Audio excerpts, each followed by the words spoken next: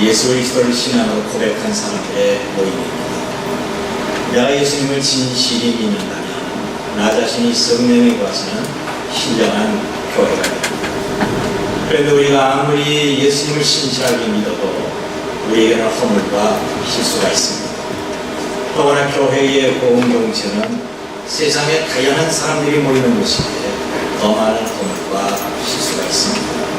세상의 모든 교회는 다 불완전한 것입니다. 마태복음 13장을 보면 7가지 비유가 나옵니다. 그 가운데 하나가 알곡과 가라지의 비유입니다. 가인들이 좋은 씨를 밭에 뿌렸는데 밤에 원수가 가라지를 몰래 뿌립니다. 알곡들이 안전하게 성장하는 데 문제가 생깁니다. 그래서 종들이 주인 몰래 가라지를 뽑겠다고 하자 주인은 가라지를 뽑다가 알곡까지 다칠까 염려해서 추수 때까지 그냥 놔두라고 합니다. 그러므로 사탄의 영향을 받은 가라지 같은 그릇은 각종 범죄는 심판 때까지 우리와 함께 있는 것이죠.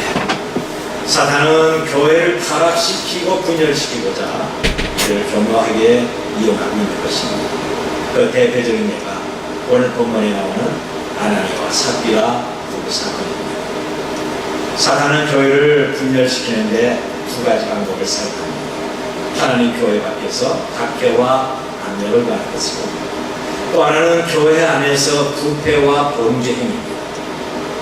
사도행전 1장부터 4장까지 보면 성령이 기도하는 제자에게 있고 이들이 복음을 전하자 이것을 싫어하는 사람들이 사도를 잡아서 투옥하고 신문하며 그리스도 이름으로 말하거나 가르치지 말라고 협박합니다. 이것이 사탄의 역사입니다. 그러나 사탄의 이런 역사와 협박은 다 실패를 합니다. 오히려 성령이 강하게 역사하고 교회와 사도들 분명히 만들었습니다. 그런데 5장 오늘 본문에 와서는 사탄의 전략을 갖습니다. 이제는 교회 안에서 범죄하게 함으로 스스로 타락하고 스스로 부패하게 합니다. 그런데 교회와 성도의 성결을 원하시는 하나님 능력은 교회가 또다시 승리하게 만드셨습니다. 우리가 4장과 5장을 대조하면서 주의 있게 읽어본다면 4장은 바나바의 아름다운 헌신과 사랑과 희생이 나옵니다. 그런데 5장에서는 아나니아의 부부의 외식과 거짓으로 교회를 타락시키고 분열하게 만듭니다. 바나바의 사랑과 희생적인 행동이 많은 사람들에게 높임과 칭찬을 받자 아나니아 부부도 이런 높임과 칭찬을 받고 싶었습니다. 그래서 이 부부는 바나바처럼 땅을 받았지만 사도를 섬기고 성령을 섬기다가 죽음을 당하게 됩니다. 가장 고귀한 사랑과 헌신한 행위가 가장 불순한 동기부터 시작이 된 것입니다. 먼저는 악한 일에 부부가 함께 공로를 했습니다. 아나니아는 여호와의 은총이라고 하는 뜻입니다. 그리고 삽비라는 보석의 이름으로 초목, 다시 말하면 사파이어입니다. 하나님 은혜로 아름답고 고귀하게 살라고 부모님이 좋은 이름을 지어줬지만 이름값도 하지 못하고 악을 받아 죽습니다. 이름은 참 좋지만 마음은 하나님과 사도를 속이는 추하고 악한 것으로 가득 했습니다. 이들 부부 가운데 남편인 아나니아가 일을 먼저 시작했습니다. 그런데 아내는 이것을 알면서도 말리지 않습니다. 오히려 위선되고 거짓된 죄에 동참을 했던 것입니다. 인류 역사상 첫 번째 이 범죄는 아내가 남편을 유혹해서 타락시켰다고 한다면 초대교회의 첫 번째 범죄는 남편이 아내를 죄에 동참시키고 교회를 타락시키려고 했습니다.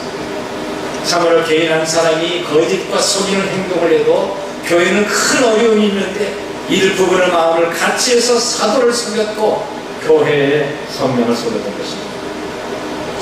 로마서 8장 28절을 보면 우리가 알거니와 하나님을 사랑하는 자 그의 뜻대로 부르심을 받은 자들입니다. 모든 것이 합력하여 선을 이루었다고 했습니다.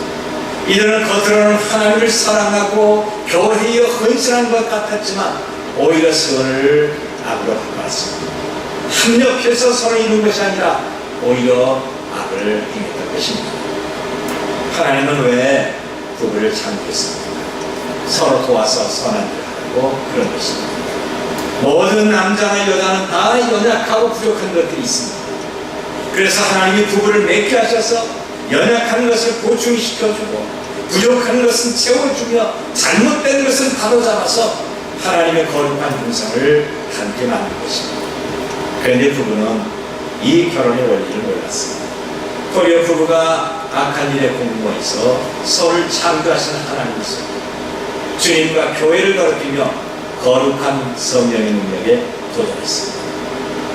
한국의 유명한 성경학자인 박윤선 박사는 말하기를 그리스도의 가정에서 종종 일어나는 실수 가운데 하나는 부부는 공모해도 괜찮은 줄 안다라고 하는 것입니다.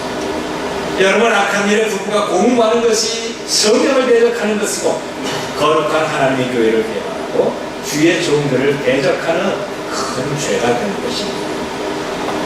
가정에서 아내의 역할과 남편의 역할이 어떤 것입니까? 결혼해서 자손의 증식만 하는 것이 아닙니다. 아내의 역할은 남편에게 복종하고 남편에게 경외하는 것입니다. 그래서 아내는 늘 정결해야 되고 이를 위해서 말과 행동에 순결해야 됩니다. 또한 남편에게 혈기 부리지 말고 온유하고 안정된 심령을 가지고 하나님 앞에 소망을 둬야 됩니다. 육신의 즐거움과 편리한 주방시설과 안락한 소파가 아니라 모든 일에 하나님 앞에 목적을 두면서 그분에게 소망을 둬야 됩니다. 이것이 아내로서 하나님 앞에 영광을 돌리는 것입니다. 반면에 남편은 어떻습니까? 아내를 내 몸처럼 사랑하고 돌보는 것입니다. 아내와 늘 함께 있으면서 아내를 행복하게 만들고 아내의 짐을 대신 져주며 평안한 가정을 만들어야 됩니다. 아내는 남편보다 약합니다. 유신과 마음이 일반적으로 남편보다 허약합니다. 그래서 아내를 소중히 여기고 학대하지 말라고 성경은 말씀하고 있습니다. 물론 지금은 아내가 남편을 무시하고 아내의 눈치를 보는 남편들이 좀 있습니다만 그래서 하나님의 뜻이 아닙니다. 아내는 남편에게 단마음으로 순종해야 되고 아내는 남편을 존중히 여기며 자기 몸처럼 사랑해야 됩니다. 베드로는 그렇게 해야 우리 기도가 막히지 않고 상달된다고 말씀하고 있습니다.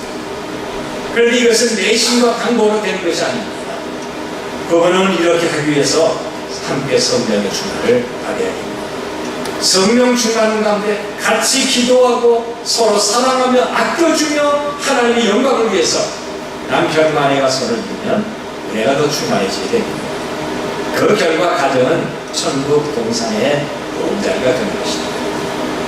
그런데 여러분, 사랑한다고 죄까지 받아들이는 것이 아닙니다. 남편에게 순종한다고 남편의 죄까지 따라가는 것은 아닙니다. 그의 영혼을 사랑하고 마음 중심이 늘 살아계신 하나님께 있어야 됩니다. 참으로 부부가 아름답고 행복하며 이상적인 결혼 생활할 때 하나님은 말없이 보고 들으시며 행복한 멸관을 주지만 반면에 악한 일에 공모해서 성령을 반대하고 교회를 어지럽힐 때 말없이 보시고 들으시는 하나님이 심판하십니다. 그리고 두 번째는 부부는 외식의 죄를 저질렀습니다. 외식하는 죄. 예수님은 마태복음 23장에서 외식하는 서기관과 바리새인들에게 7번씩이나 화가 있다고 저주를 선언하셨습니다. 화 있을진저 외식하는 서기관과 바리새인, 화 있을진저 외식하는 서기관과 바리새인, 화 있을진저 외식하는 서기관과 바리새인. 여러분, 이들이 이렇게 저주받은 이유는 외식하는 죄 때문입니다. 예수님이 가장 싫어하는 것은 겉과 속이 완전히 다른 외식이죠. 아예 처음부터 노골적으로 범죄하고 노골적으로 교회를 회방하고 성령을 거스르면 이런 그런 사람은 하나님과 사람 앞에서 심판받을 죄인을 자기가 밝힌 것입니다. 그런데 외식은 그렇지 않습니다. 겉으로 보면 천사처럼 선하지만 속에는 악이 가득합니다. 겉으로 보면 성령이 충만한 것 같지만 속은 텅 비어 있습니다. 겉으로 보면 사랑도 있고 헌신도 있고 시상이 있는 것 같지만 자기 이익을 따라서 사람을 속이면서 상처를 주는 것입니다. 예수님은 누가복음 18장에서 바리새인과 세계의 기도를 말씀하십니다. 바리새인은 사람이 많이 보이는 것, 자기가 가장 잘 보이는 곳에 모여서 큰 소리로 기도하기를, 하나님 저는 깨끗합니다. 저는 죄가 없습니다. 저는 여기 있는 다른 사람과 전혀 다릅니다. 기도하면서 자기 의를 내세우고 자기를 자랑합니다. 그런데 세리는 그렇지 않습니다. 아무도 보이지 않는 그를 이제 한쪽 구석에서 자기의 가슴을 때리면서 하나님 제가 죄인입니다. 저는 약하고 무능합니다. 눈물 흘리며 기도하고 있습니다. 예수님이 두 사람을 설명하면서 기도할 때도 하나님을 대상으로 하되 사람에게 보이려고 외식하지 말라고 말씀했던 것입니다. 에베소 1장 14절 보니까 그런즉 서서 진리로 너희 허리띠를 띠라고 했습니다. 하나님의 말씀과 의와 진리가 우리의 허리띠가 돼서 항상 바르고 선하고 정직해야 됩니다. 그런데 하나님 앞에는 예수님이 가장 싫어하는 외식이자를 보냈다. 이들은 바로 진리의 허리띠가 아니라 거짓과 괴의의 허리띠가 됐습니다. 이들은 돈을 좋아하면서 사람에게도 인기 얻기를 원했던 겁니다. 그러면서 거짓과 속이는 행동을 심판하시는 하나님을 전혀 생각하지 않았습니다. 그러나 하나님의 눈보다 사람의 눈을 의식하면서 사람에게 칭찬과 인기를 얻기를 원했던 것입니다. 마태복음 6장 3절과 4절 보니까 너는 구제할 때 오른손이라는 것을 왼손이 모르겠다. 내 구제함을 은밀하게 보시는 너희 아버지께서 갚으시리라고 했습니다. 그런데 이들 두 분은 이 말씀을 버렸습니다. 오른손의 구제를 모든 사람들에게 보임으로 상급이 없었고 가증한 속임과 외식만 보였습니다. 그래서 하나님도 공개적으로 이들에게 죽음을 주었던 것입니다. 여러분, 이들 부부가 이렇게 범죄한 이유가 뭡니까? 두 가지로 볼 수가 있습니다. 하나는 인기와 명예를 탐했기 때문에 그런 것입니다. 하나님 인정이 아니라 사람들에게 인기를 원했던 겁니다. 자기의 밭을 팔아 정보를 구제한 바나바는 사도와 교인들에게 칭찬과 높임을 받습니다. 이것을 보고 하나님과 삽비라 부부가 이렇게 말했을 겁니다. 여보, 당신은 뭐하고 있어? 우리도 바나바처럼 사람들에게 칭찬받으며 좀 인기 있는 사람 좀 되도록 하십시오. 이들은 들포도를 맺으면서 참 포도가 되기를 원했습니다. 여러분, 겉으로 보기에는 충분히 성도 노릇할 수가 있습니다. 누구든지 교회에 오래 다니면 목사 노릇도 하고 장로 노릇도 하고 집사 노릇할 수가 있습니다. 그런데 사람의 속마음은 속일 수가 없습니다. 하나님의 부부는 인기 있는 사람, 명예와 교회에서 높임받기 위해서 마음이 없는 밭을 팔아 사도 앞에 바로 거짓으로 외식된 말과 외식된 행동을 했습니다. 자기가 가진 모든 것, 그리고 심지어 자기 생명까지 잃어버립니다. 겉으로 얼마든지 신앙 고백할 수가 있습니다. 말로는 뭐든지 할 수가 있습니다. 그런데 그것이 얼마나 위험합니다. 여러분, 교회는 인기 있는 사람이 아니라 예수님을 사랑하는 사람들이 있어야 합니다. 교회 모든 직분은 명예와 권위가 아니라 주님을 위해서 헌신해야 됩니다. 누구나 교회에서는 겸손과 깨끗한 심령을 가진 어린아이가 됩니다. 교회는 인간의 체면과 자기 권위를 예수님의 보혈로 벗기는 곳이어야 되지, 그리고 순진한 어린아이가 되는 것이지 사람을 거짓과 외식으로 만드는 것이 아닙니다. 어느 날 제자들이 천국에서는 누가 크냐고 예수님께 묻습니다. 그러자 예수님은 어린아이 하나를 가운데 세우시고 어린아이 같이 자기를 낮추는 자가 천국에서는 큰 자라고 말씀하십니다. 별로 알아주지 않는 자기 재능이나 자기 자랑, 자기 권위를 하나님 앞에 주장합니다. 우리 가운데 누가 그를 높여주고 인정하겠습니다. 자기 혼자만 그렇게 생각합니다. 오늘 저와 여러분은 어린아이같이 순전한 믿음을 가지고 낮아져서 정직하게 예수님을 섬겨야 됩니다. 그 다음에 또 한 가지는 물질의 욕심 때문에 그럽니다. 아나니아 부부가 범죄한 것은 사람들의 인기와 명예의 욕심이 있었을 뿐만이 아니라 그는 물질의 욕심이 있었던 겁니다. 디모데전서 6장 10절에 있는 말씀을 보면 돈을 사랑하니 일만하게 뿌리가 되나니 이것을 탐내는 자들은 미혹을 받아 믿음에서 떠나 많은 사람의 근심으로 자기를 찔렀다고 했습니다. 세상은 물질에 탐할 때 하나님을 멀리하게 됩니다. 물질의 날카로운 가시가 돼서 자기를 찌르게 되는 것입니다. 아나니와 삽비라 부부는 밭을 팔아서 하나님 앞에 드림으로 인기 그리고 칭찬을 받기를 원했던 겁니다. 처음에는 다 드리고 싶은 마음이 있었을 것입니다. 그런데 자기 손에 목돈이 들어오자 마음이 변합니다. 아내는 돈을 쉬어가면서 이렇게 말했을 겁니다.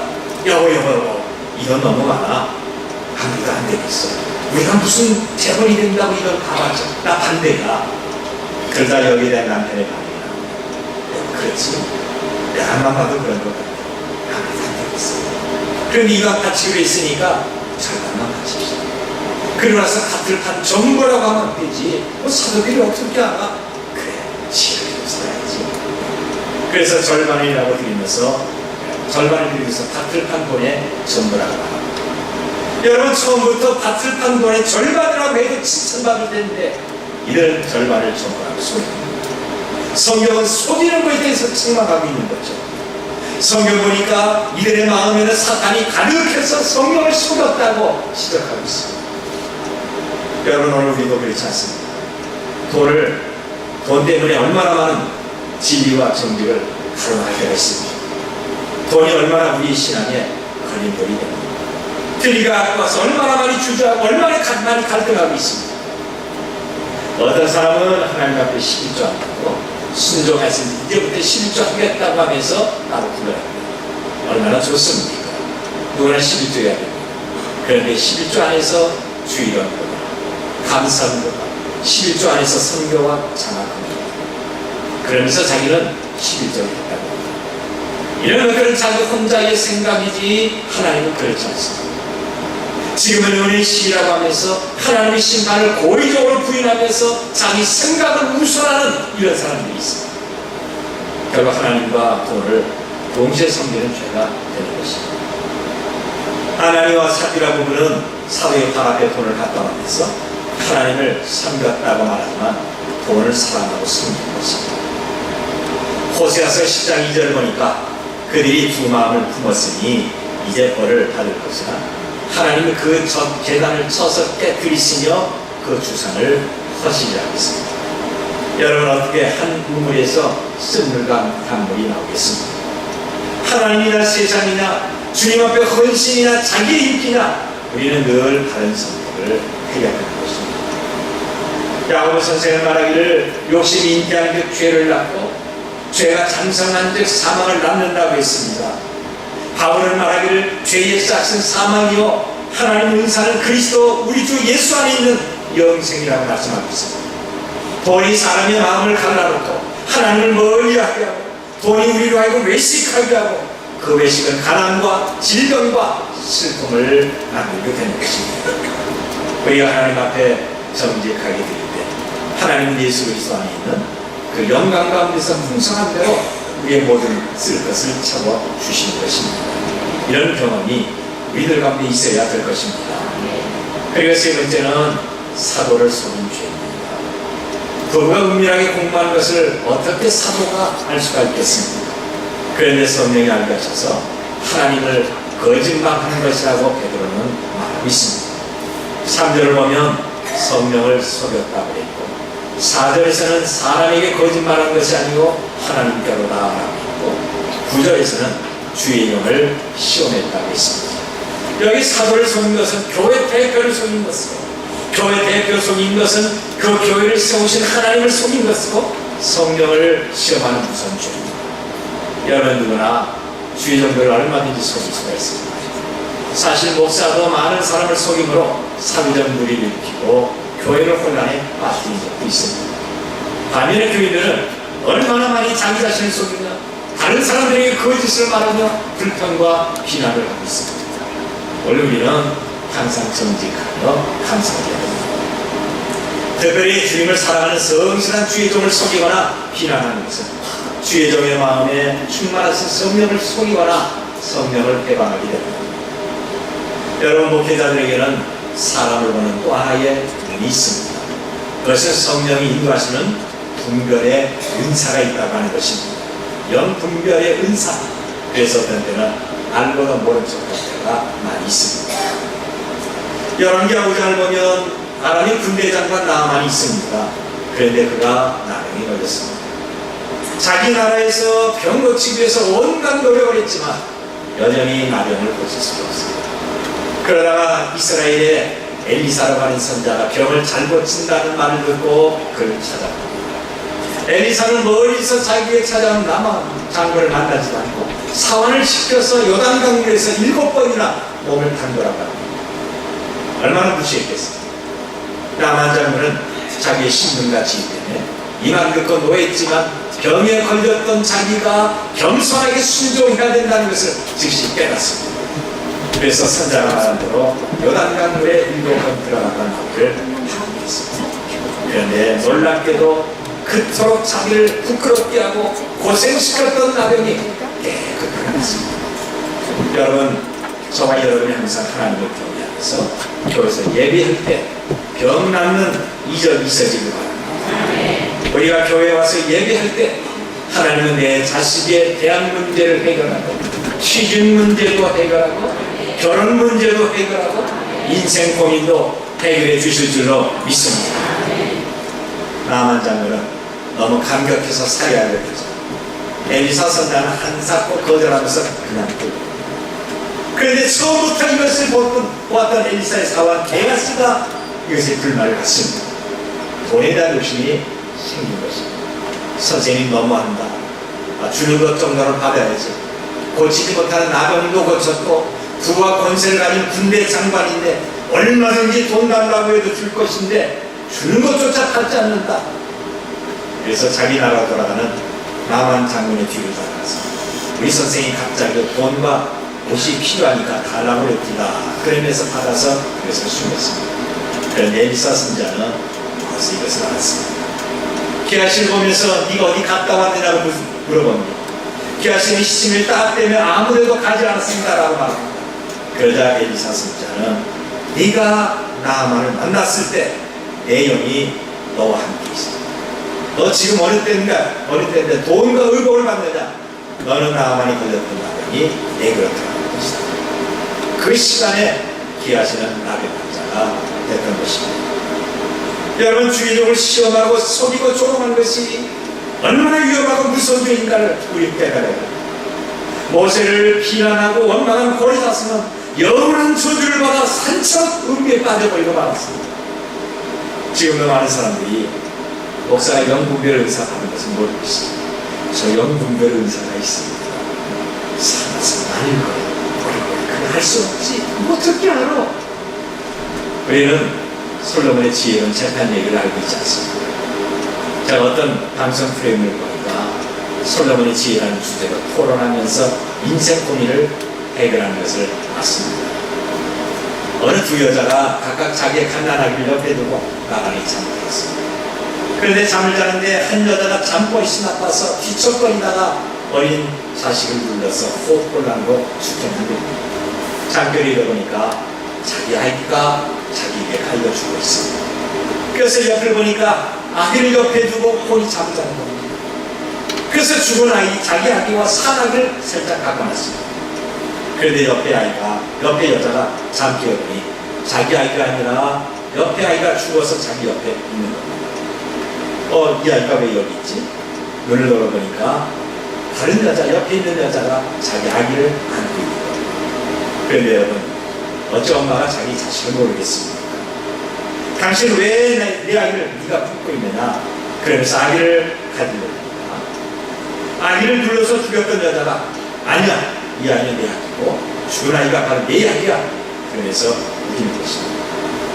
결국 누가 산자의 엄마인가? 솔로몬 아기를 재판을 받기 위해서 나왔습니다. 솔로몬은 즉위 초기에 하나님의 종으로 분별력이 있었고 지혜와 지식의 은사를 받았던 왕입니다. 자기 아기를 눌러서 죽였던 거죠.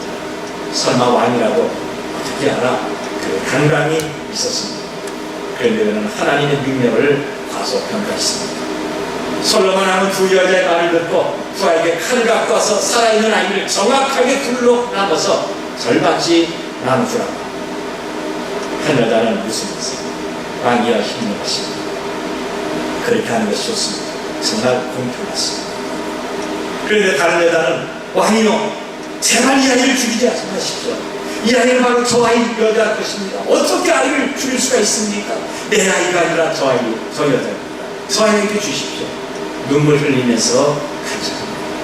결국 죽이지 말고 저 여자에게 주라고 눈물로 간청한 여자가 친엄마인 것이 밝혀졌습니다. 절반만이라도 좋습니다. 아이의 절반이라도 괜찮습니다. 라고 하는 것은 사탄의 수법입니다.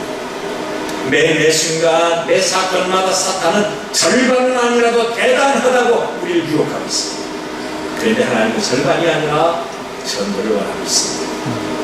우리에게 절반은 자신을 섬기고 교회를 분열시키기 위해서 사탄의 계략입니다. 전부 하는 것이 하나님의 뜻입니다. 여러분, 절반은 잘못된 것이고 하나님의 뜻이 분명히 아닙니다. 그런데 하나님과 삽비라는 전부가 아니라 절반을 드리면서 이것이 전부라고 거짓말했던 것입니다. 거짓이 나쁘다 말이죠. 갈라디아 3장 2절 보니까 너희가 이같이 어리석느냐, 성령으로 시작했다가 이제는 육체로 마치겠느냐 하면서 탄식했습니다.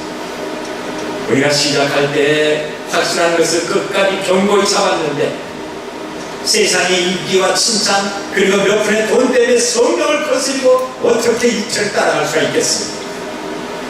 우리는 바로 신령한 일을 신령한 것으로 분별하는 신령한 사람이 되어야 됩니다. 사람을 의식하지 말고 살아계신 하나님을 의식합시다. 사람의 눈치를 보면서 사람들에게 인정받기보다 살아계신 하나님 앞에 인정받도록 하십시오.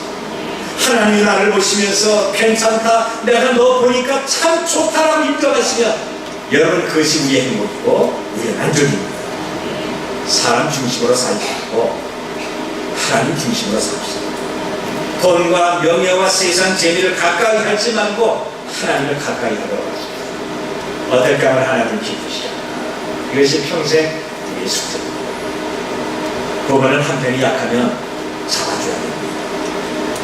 도와주고 격려하면서 하나님 원하시는 가는 일이다. 전도서 4장 9절과 10절을 보니까 두 사람이 한 사람보다 나오면 그들의 수고함으로 좋은 상을 얻을 것입니다. 혹시 그들이 넘어지면 하나가 그 동물을 붙들어 일으켜내며 홀로 있어 넘어지고 붙들어 일으킬 자가 없는 자에게는 화가 있으리 하고 있습니다. 하나님의 선한 사업에 하나가 되는 부부가 행복한 것입니다. 거짓과 외식의 칼을 다 벗어버리고 주님, 이것이 제 모습입니다. 이것이 저희 본래 모습입니다. 저를 도와주십시오. 기도하면서 주의 도우심을 사모하도록 하십시오. 하나님과 교회를 다시 새롭게 세우는 바나바 같은 육군이 되도록 하십시오. 거짓말과 속이는 행동과 내 생각을 버리고 성령을 따라 의와 진리와 화평을 누리도록 하십시오.